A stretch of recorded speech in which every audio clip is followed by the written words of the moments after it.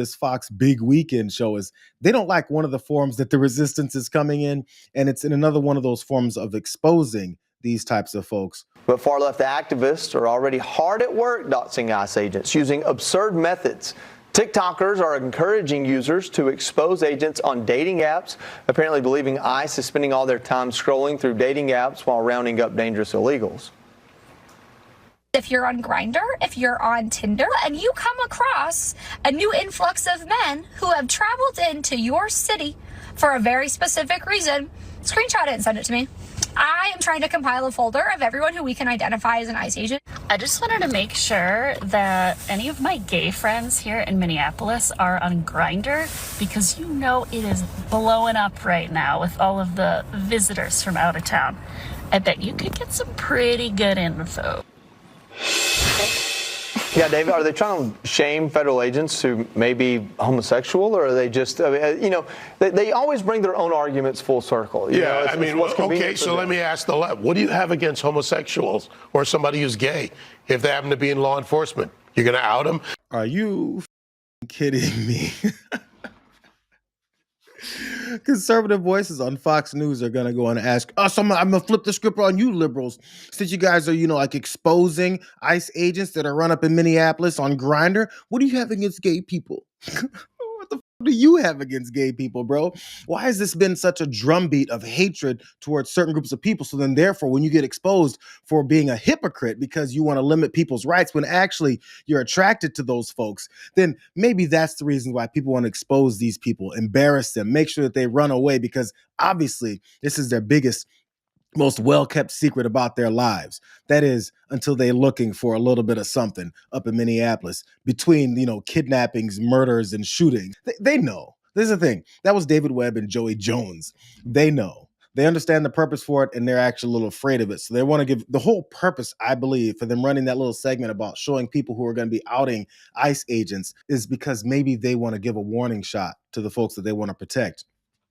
Big weekend show, you guys. Look out, everyone. Be careful on Grindr this weekend because, these libs are going to be exposing you guys. This is what they're doing to, a former United States Marine Corps member. Did you guys see this video? I've been putting all the plates in the tracks. Do not break my window. You guys got into the John is looking at is a black. Get out of the car. Put the car in park. Get out of the car. Put the car in park. Get out of the car. Virginia, TBN. You know the Marine Corps veterans. I don't care what you are.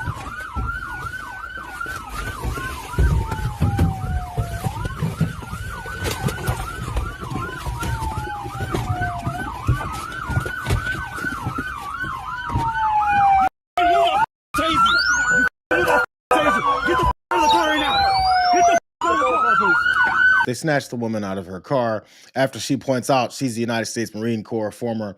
I don't care who you are. Oh man, support the troops. I don't know why I even have these arguments anymore about their hypocrisy, the things that they actually don't care about, despite all the things that they've always said. Let me go to another instance of them violating a veteran's rights as they run up into his business and snatch employees out. I am a U.S. veteran. I'm a citizen. For once in my life, I'm thinking I'm back in Afghanistan. So really think about that implication. It's not a combat zone. This is America. What happened? It's just like we hear, they were running around and they came to our facility. Luckily, we saw them across the street walking over here. Because of the state of the world right now, we have contingency plans on how to protect our people. Thankfully, we were able to lock our doors and deny them entrance. They didn't have warrants then? No warrants. They're coming here on the off chance? Yeah, indiscriminately, just your skin tone, your type of job and everything, that's what they're targeting. They took one of your employees? Yes. So, unfortunately, we don't know what's going to happen to him. It's he pop up and disappear. So we have to let his family know and wish them the best and try to support them as much as possible. It's not the America I fought for. When you say it feels like Afghanistan, the threat level, the trauma, is that what you're talking about? Well, let's put it this way. When you're driving around looking over your shoulder constantly for threats, when you're constantly looking at the person, whether they're going to be a threat to you, your life, your state of being, yeah, absolutely. That's what we were trained to do. Are they going to hurt me, cause me harm? Yes, no, and you move on. I'm not saying that's what we should be thinking or doing, absolutely not. But my own traumas take me that way. And there's a lot more veterans out there, brothers and sisters, who think and feel the same way. Another veteran there, talking about what he did not fight for, being these wars in our streets. It reminds me of Afghanistan. So how much longer before people who potentially have the PTSD that he described some folks having from their experiences over in combat zones then start thinking, well, I need to start defending myself because I'm not going to come back home and then die at the hands of fake military, at the hands of fake law enforcement, at the hands of people who are looking to just destroy people's communities, break up people's businesses, and take away neighbors. Speaking of being in response to this stuff, I know the Sunday shows, I knew they were going to be chocked full of all of these liars coming on to try and talk about or excuse with the same bad excuses their actions. I jumped in with Greg Bovino first because as we're also seeing is the continued deployment of these chemical agents. That was adjudicated a while ago. He was shamed for it. I think kicked out of Chicago damn near over it. Their use of chemical agents, so he just took it to another city and has, the same types of bad excuses for it. We're going to continue to use that minimum amount of force necessary to accomplish our mission, and we never did use tear gas or any other less lethal munitions against peaceful protesters. We support the First Amendment. We always support the First Amendment, but when they cross the line and they're violent, we will use those less lethal munitions because it keeps them safe, it keeps our officers safe, and it keeps the public safe. Doesn't get much more Nazi than that. We're deploying tear gas on general society to keep them safe. Because general society needs to be kept safe from who? The people that are attacking them with tear gas? Which also has this weird flip of the script that they're not really doing it. That is until these people cross the First Amendment rights and then go to doing what? So here's Kristi Noem. She went on Face the Nation. She had the opportunity to talk about those chemical agents as well. Let's see if she gave us any kind of reality or truth. Are your agents going to comply I know the with White House has asked him to. Sorry, with the federal order on Friday to not use chemical agents? That federal order was a little ridiculous because that federal judge came down and told us we couldn't do what we already aren't doing. We just saw video of chemical agents being used. We only use those chemical agents when there's violence happening and perpetuating, and you need to be able to establish law and order to keep people safe. That's the only situation. So that judge's order didn't change anything for how we're operating on the ground because it's basically telling us to do what we've already been doing. Madam Secretary, thank you for your time this morning. I guess they were up against the break and, Brennan had to let that BS answer just slide. You know what? I'm going to recite what Kristi Noem said. Since the way she says it, we're used to hearing lies. But if you hear someone else literally say what she just said, you can understand how ridiculous that whole thing sounded. Well, first of all, she said they're not using chemical agents. That is until Brennan then jumped in and said, well, we have video of you using chemical agents. This was her response. We only use those chemical agents when there's violence happening and perpetuating. And you need to establish law and order to keep people safe. That's the only situation. So that judge's order didn't change anything for how we're operating on the ground because it's basically telling us to do what we've already been doing.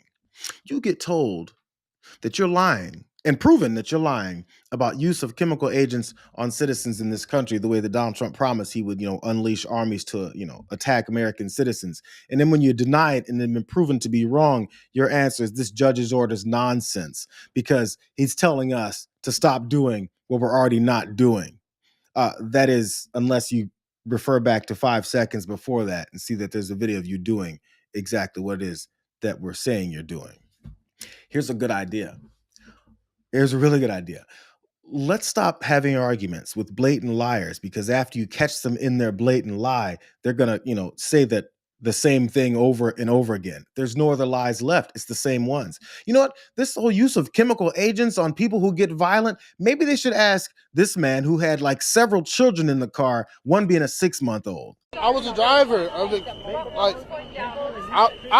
officers hopped out, literally. The officer hopped out of nowhere. He said, get on. I said, I'm trying to leave. He said, okay, that's fine. Officers threw flashbangs and tear gas in my car and made I got 6 kids in the car. Lord, my 6 months can't even breathe. My 2-year-old then flipped out the damn car. This was flipped over. My car filled with tear gas. I'm trying to pull my kid out the car. Were the 6 children in his car, including a 6-month-old, were they, they stepped too far past their First Amendment rights and then get to talking too much? Was the infant crying too much? Was the baby too loud? Was all that happening as they continue to tell these lies? Let's go back to Christy Noam now, because she was asked specifically about a couple of instances, and one being that man and those children in the car. You've seen other incidents, for example, out in Minneapolis, this family with 6 children, with one as young as 6 months old, got kind of caught in the incident as they were driving to basketball practice. The mother, Destiny Jackson, told CBS ICE agents stopped the car, told them to leave, but the agents were in the way, and they feared that they would have happened to them what happened to Renee Good. They didn't drive off. ICE released a canister of tear gas, and the mother described giving her infant CPR. We're showing that video there. Do any of these tactics seem to you heavy-handed? That family was caught up in that situation because of violent protesters that were impeding law enforcement operations. And that family would have never been in that situation if those protesters had been acting peacefully and law enforcement was able to do their job without being threatened. And so it's a terrible situation that family had to go through, and I hope it never happens again. But we need to remember that because the mayor and the governor have allowed this kind of violence to be perpetuated across Minneapolis is why there's other innocent people that are impacted throughout the city, but throughout their state as well. And it doesn't have to be this way. They could establish a peaceful protest zone. They could enforce their laws. And if Governor Walz didn't recognize that what he is doing there is poor leadership, he wouldn't have put his National Guard on standby in order to respond. And I'm hopeful that he does recognize that he needs to start working with us. How much concern do you think she had for those children? You saw those kids getting scrambled out of that car that was damn near on fire, and then the one baby at the back end, it was limp. How much of a damn do you think she gives for these folks? It goes right to blaming anyone else.